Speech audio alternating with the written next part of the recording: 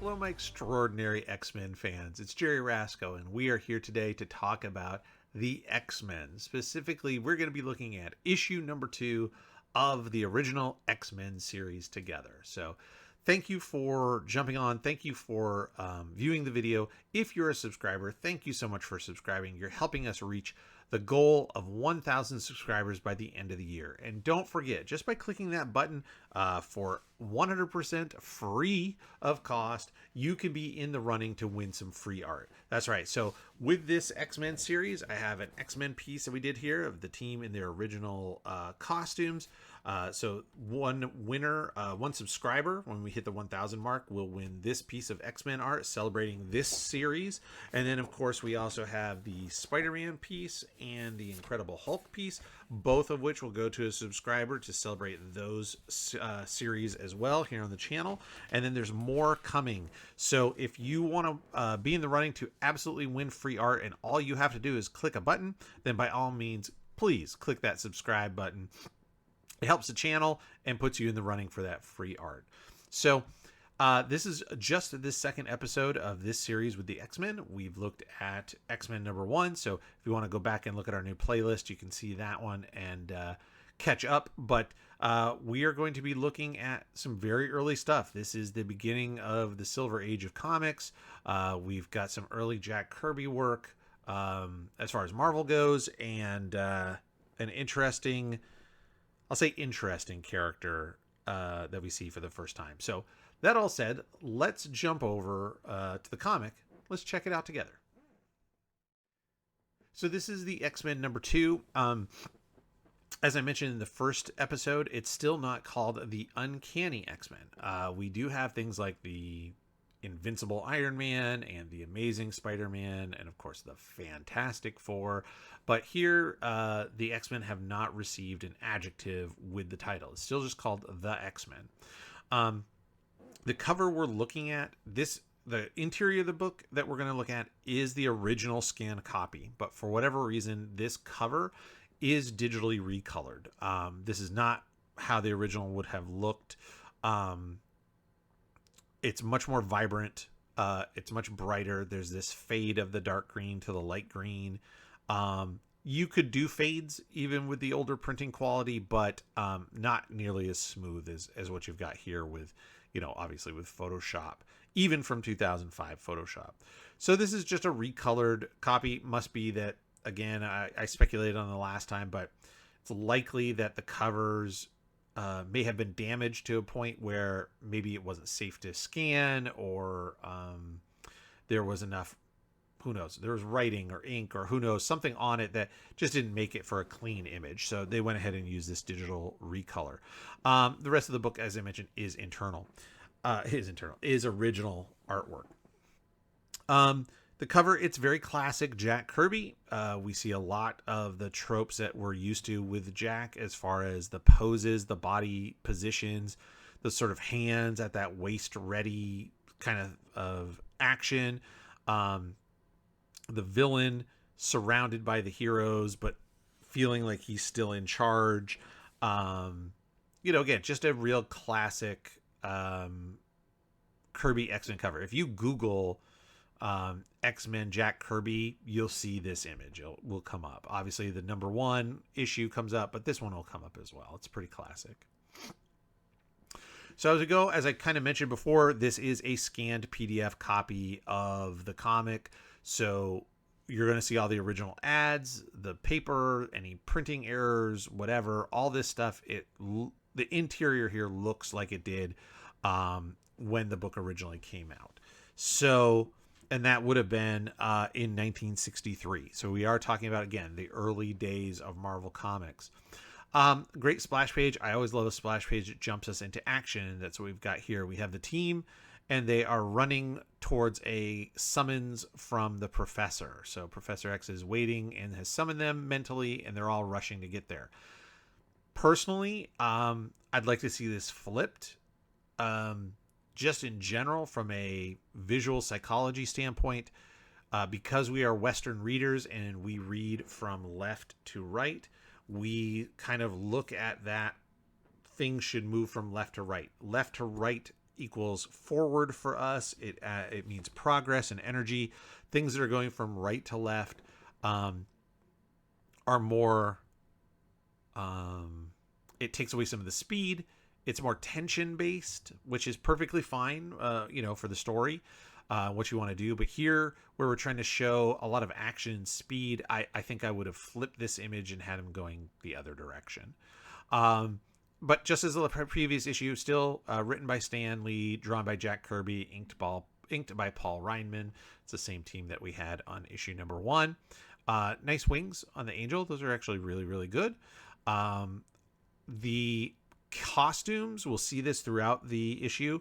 In issue 1, to me, it seemed very clear that the costumes were yellow and black. When you zoomed out far enough, they would just be solid black. It would only be on highlights or close-ups where we'd see more blue. I think that's really changed. Here, we've really gotten to clearly a more blue and yellow costume style, which is something that sticks with the X-Men for a long, long time, and various other student teams that come in through the X-Men. One little point here that is a little continuity error. We see the Beast with gloves. The Beast does not wear gloves and doesn't wear gloves in the issue, but for some reason here in the splash page, he is wearing gloves. I liked Iceman sliding on the ice to be moving faster, kind of like a speed skater in a way, which again, so we're heading more towards what we end up thinking of Iceman with the ice slides. He'll get there eventually. But again, we're still working through some of those details as we go. So yeah, but overall, lighting is good. The position is good. The action is good. It's a nice splash page to take you right into the story. So then we cut over to the Beast, and you see the Beast is running around, climbing over buildings to get on a train to take him back to school. And you can see he has no gloves on. So what happened? We don't know. I guess he took them off once he started jumping around so he could get a better grip on the buildings, let's say. Angel gets swarmed by a bunch of girls, which Jean moves away from her. And we start to learn a little bit about Jean's powers. We do also see here there's a little, I'm not going to say it's a typo. It's maybe a little bit of a continuity error from Stan, which is not uncommon, and that the Angel refers to Professor Xavier as Dr. X. The other part is they talk about Jean's powers being teleportation. So ironically, they're going to fight the Vanisher, a character that has true teleportation powers, which is the ability to move from one place to another instantly. Jean does not have teleportation powers. Jean has telekinetic powers, which is mind over matter. She can move things with her mind without touching them. So they mentioned teleportation a few times in relation to Jean's powers. I think that changes maybe in the next issue, but just something to note. Again, much like a lot of these early comics, we've seen it in the Hulk series that we're doing. More so, certainly more so than our Spider-Man series that we looked at, but this comic, the Hulk, a lot of these early comics are just sort of, they're coming up with a basic concept. Superpowered teenagers that go to a school and fight other evil superpowered people. Great concept. Obviously, stuck around forever. But they're starting to throw details and like, let's try this. So, let's throw in a little Dr. X. Does Dr. X stick versus Professor X? Professor X seems a lot better. And then, like I said, the costume changing from solid black to more of a blue and yellow, instead of black and yellow. Jean's powers, well, one time it's called teleportation, the other time it's called telekinetic. We'll see something with Cyclops' powers here in a little bit. So kind of just, again, throwing things against a wall to see what sticks and what people are going to respond to, and kind of dial it in as we go. The basic framework's there, but the details are changing. Iceman and Cyclops are heading back as well, and they see this looks like a demolition site, and the wall's going to fall on a bunch of guys, so Cyclops uses his visor to destroy it, saving them all, which they're very happy about until they get around Iceman and he starts freezing things, which seems to happen quite a bit. So people don't like being in close proximity to Iceman. Things freeze up. They get a ride, ironically, in a ice cream truck. I think that's kind of funny.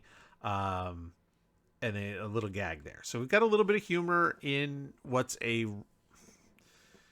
relatively serious story concept that is, to be honest, a little hokey, certainly by today's standards, but nice little comedy expert there, or comedy moment. And then we go inside and we see Professor Xavier. Again, a very Jack Kirby face. We've seen this sort of look where the eyebrows are very close to the eyes. You just have that hint of the nose.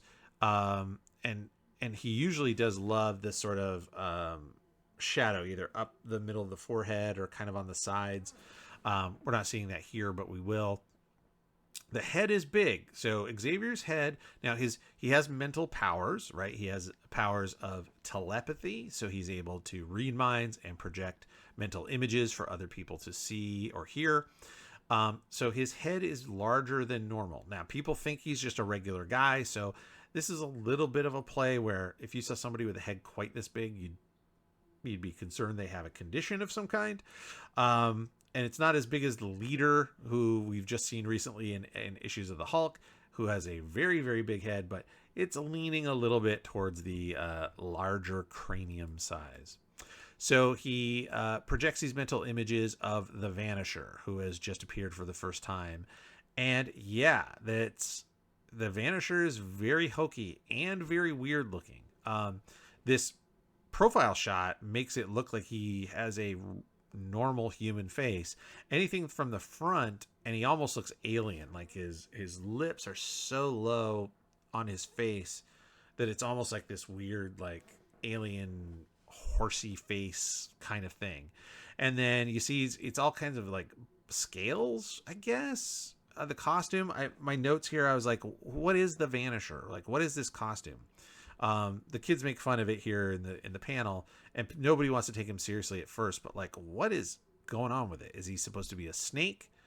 You'll see in a little bit, there's like a black S shape, not S shape, but like S curve kind of shape on his chest. I don't know if it's supposed to be a snake.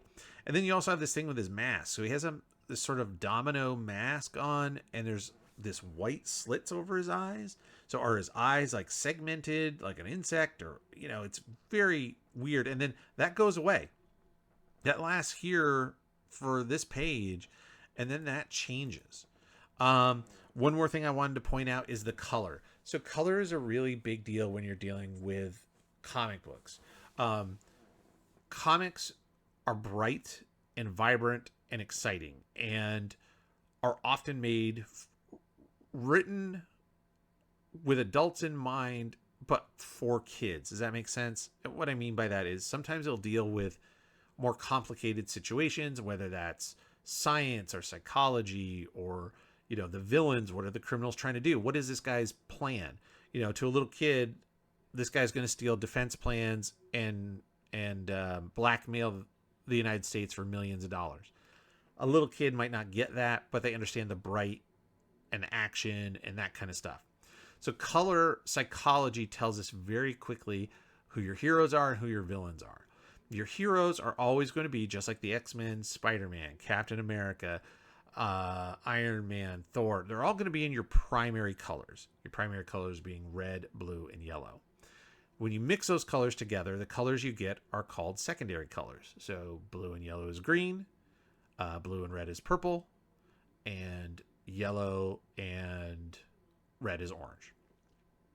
So Spider-Man, being red and blue, has a lot of green villains. We've been over this. If you go back and watch any of my Spidey videos, you'll see that there's tons and tons of green villains. Why? Because the green is a complementary color to the red and really helps set the two apart. Well, the X-Men, we have a lot of purple.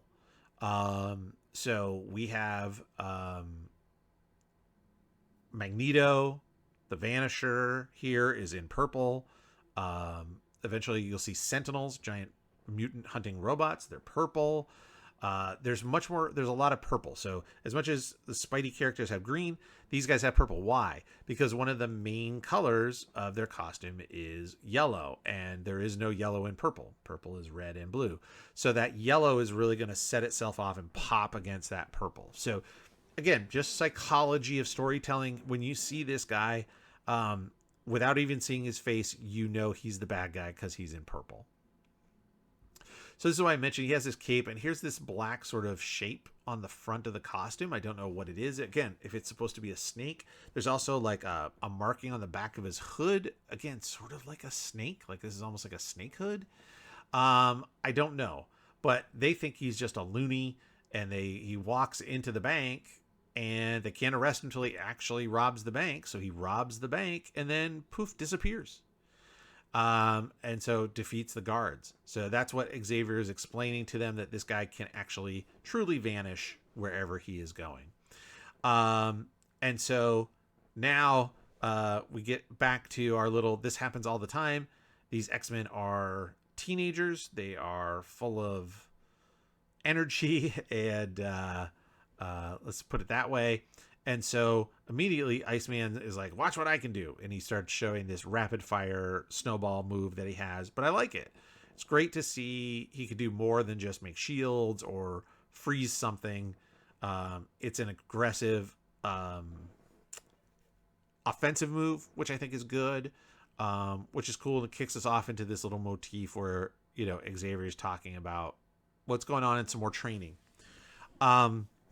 Great stuff there of Marvel Girl sending the snowball or ice pellets, whatever they're called, back. Again, she mentions her power of teleportation. She does not have teleportation power, ironically enough.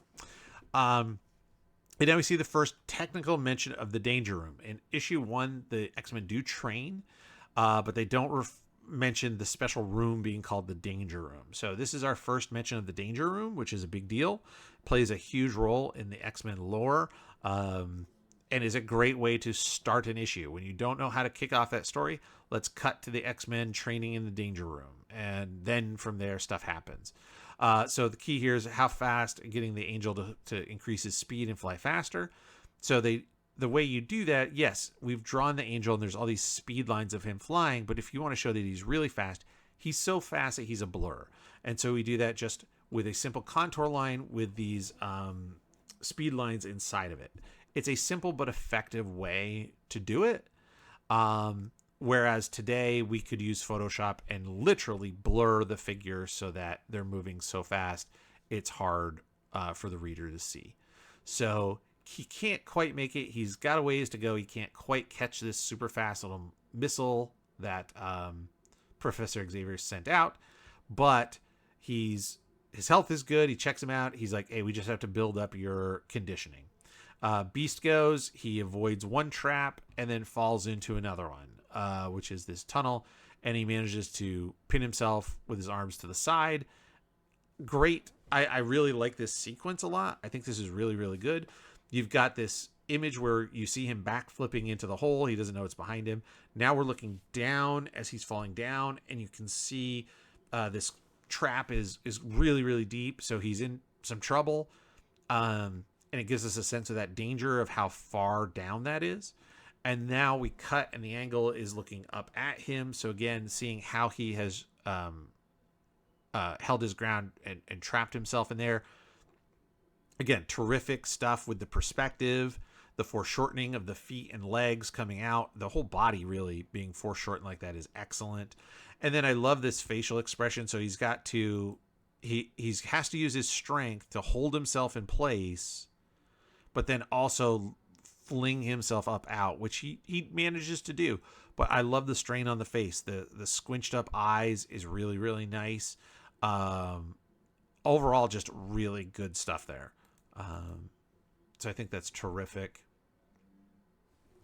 And then, yeah, so now we're like, okay, what's going to happen next? Now we got to find out what's going on.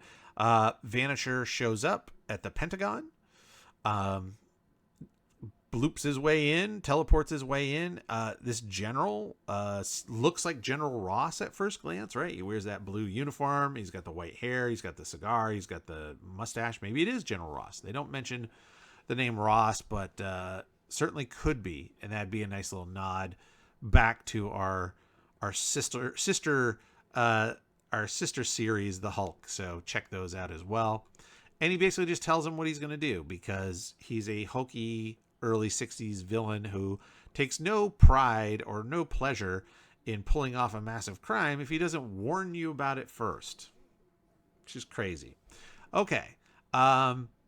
Here's something that doesn't work for me. For one, overall, I'm going to say the inking in this entire issue doesn't work that well for me.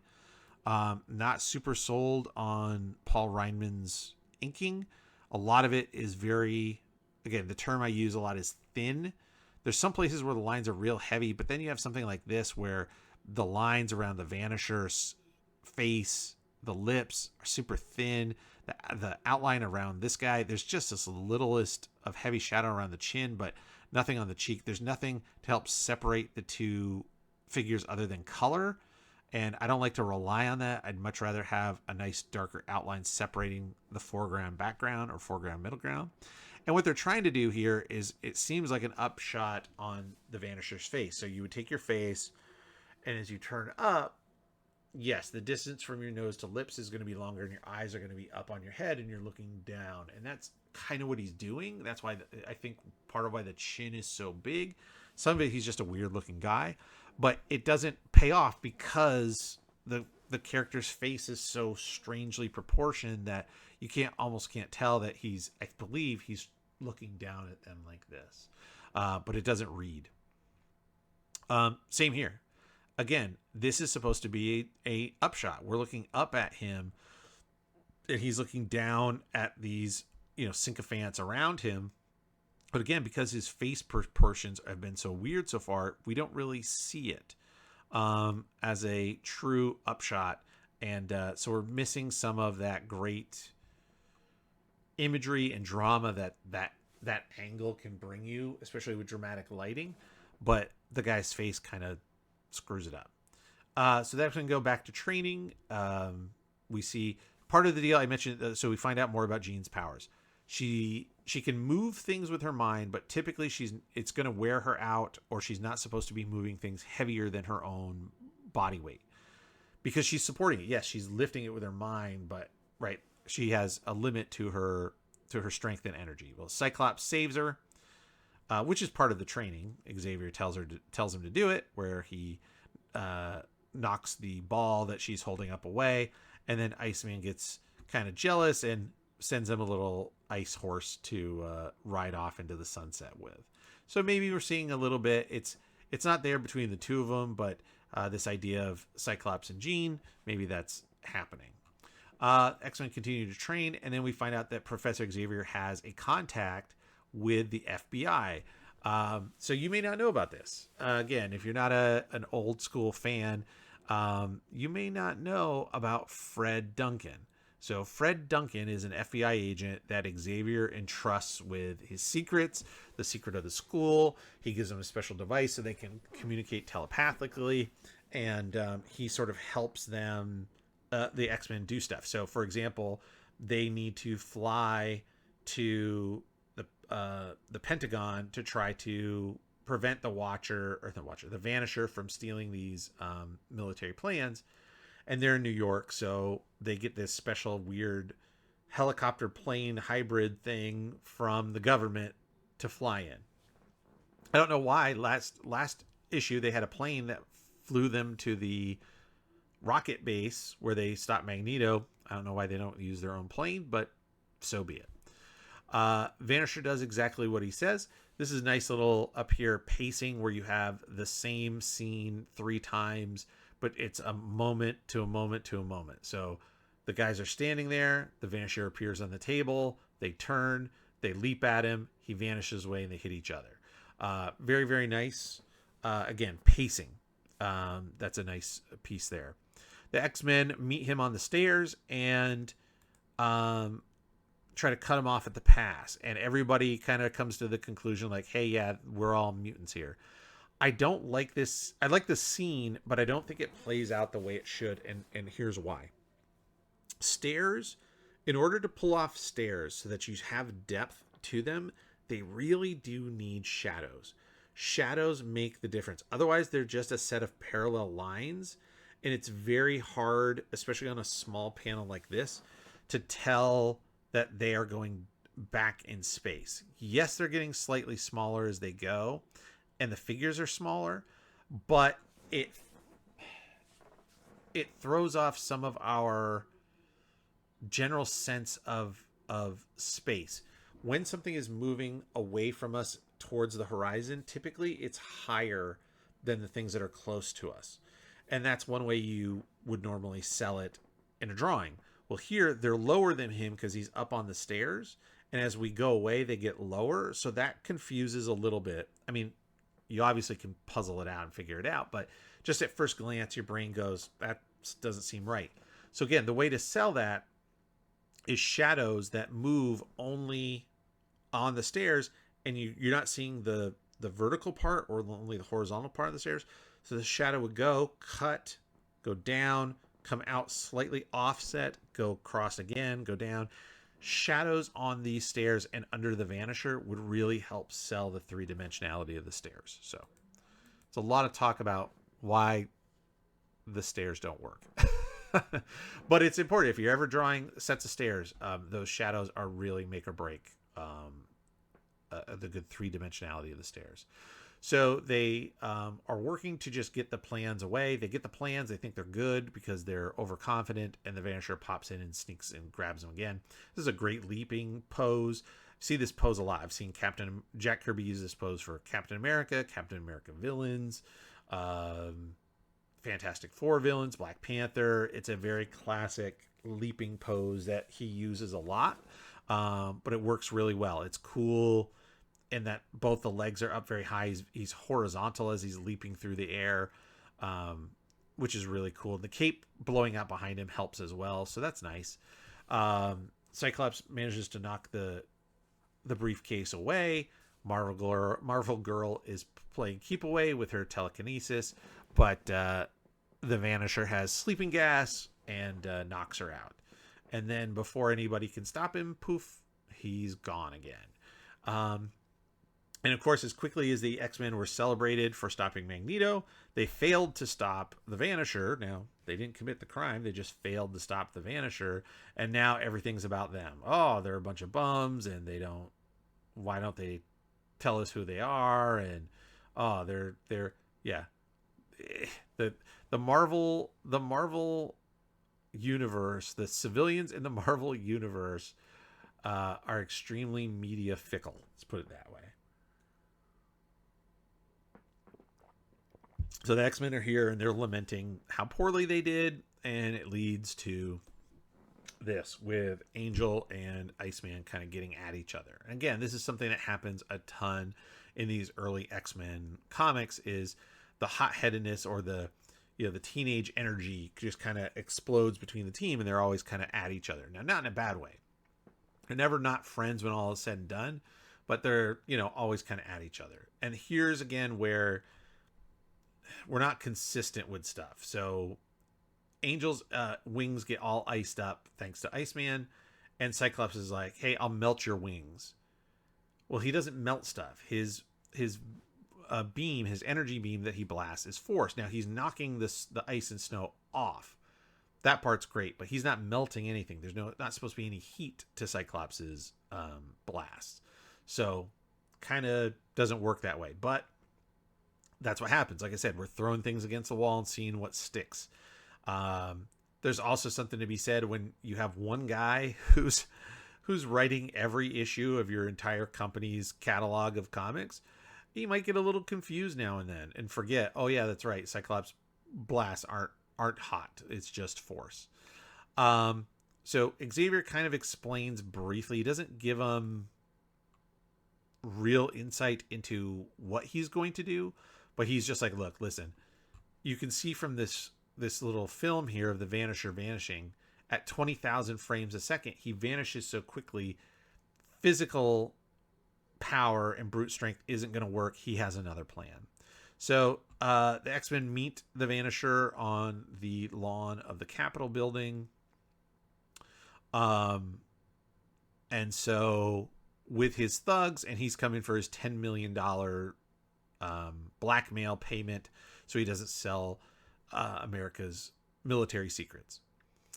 And here comes Xavier, and Xavier, being the world's most powerful telepath, uses his powers to mentally manipulate the mind of the Vanisher. So he makes him forget about his powers. So you see, there's this moment of I'm going to escape, to this fear of I can't use my powers. Why can't I use my powers? To now this desperation of I don't even know who I am.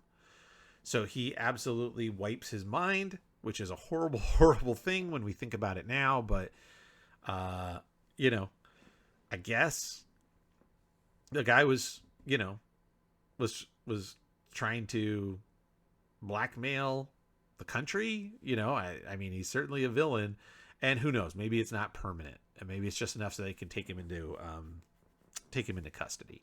And now the X-Men have to just mop up some common everyday, organized crime thugs in their suits.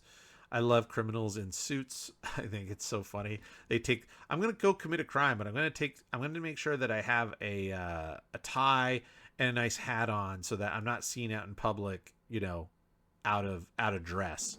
So I think that's really funny. Also, this is really subtle. So they start shooting. Iceman makes an ice shield. The Beast bounces away, starts grabbing the guns, and then he knocks them all over. And it took me a while to realize Iceman is doing the, whatever you want to call it, low bridge, or that joke where somebody kneels behind somebody and then you push them and they fall over them. They're actually doing this to criminals that they then dump into a hole that that Cyclops has dug with his blast, and then Iceman puts an ice cage over the top so they can't escape. Marvel Girl pulls a Magneto, because we saw him do this. She grabs the gun with her telekinetic powers and points them back at the guys who surrender, right? Magneto did that with the army himself, and Angel comes in and swoops in and gathers up the rest. I do like this next to last panel down here in the foreground. I love a foreground framing. So if you have a character who you want to show some depth, it's really easy to have something very close to the camera, close to the reader's eyes, but you only see part of it, and that frames what's happening behind. So you have this nice foreground, middle ground, and then shadows in the background. That's a great way to create your 3 levels of depth. And then on top of it, to add this magenta coloring, again, just to help separate that this person is on a different plane from the middle, which is on a different plane from the silhouettes in the background. Real great stuff. And then they kind of wrap it up with a little thing here about, Xavier, and talking about the human brain is a power everybody has. And then the greatest danger of all coming in issue number 3. So there we go. We have gotten to the end of X-Men number 2. So let's head back over to the desk and we'll wrap things up there. So that is X-Men number 2. And it's a little wacky. The Vanisher is a character that we don't see a ton of throughout the years. Ironically, the Vanisher did feature in Deadpool 2. So in that movie, he was not a guy who could teleport. He was just invisible. He vanished. And the joke, of course, spoilers for anybody who hasn't seen Deadpool 2, the Vanisher is invisible until the moment of his death when he gets electrocuted, and he's played by Brad Pitt for all of 2 seconds. So it's funny that we came from this guy who has this hideous costume and this weird face to eventually that character over 30 years later ends up being played by Brad Pitt. So funny and ironic. The story's okay. It's another sort of setup. If you missed the first issue, this is a time without back issues.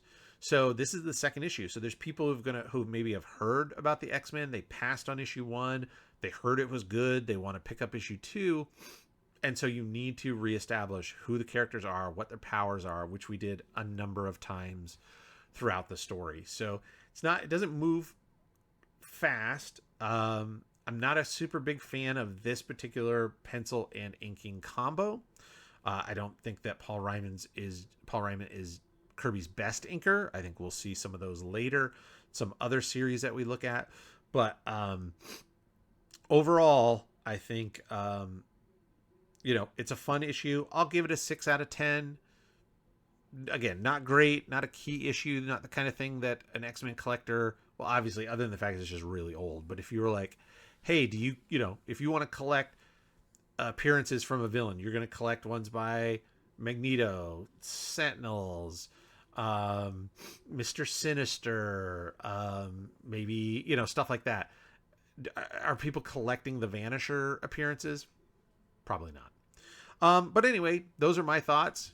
As I always say, your mileage may vary. I'm always interested in hearing your thoughts in the comments, so please drop those comments. And don't forget to subscribe. Subscribing is the only way that you can be eligible to win this for free. So if you would like an original X-Men piece of art for yourself in your collection, go ahead and hit that subscribe button.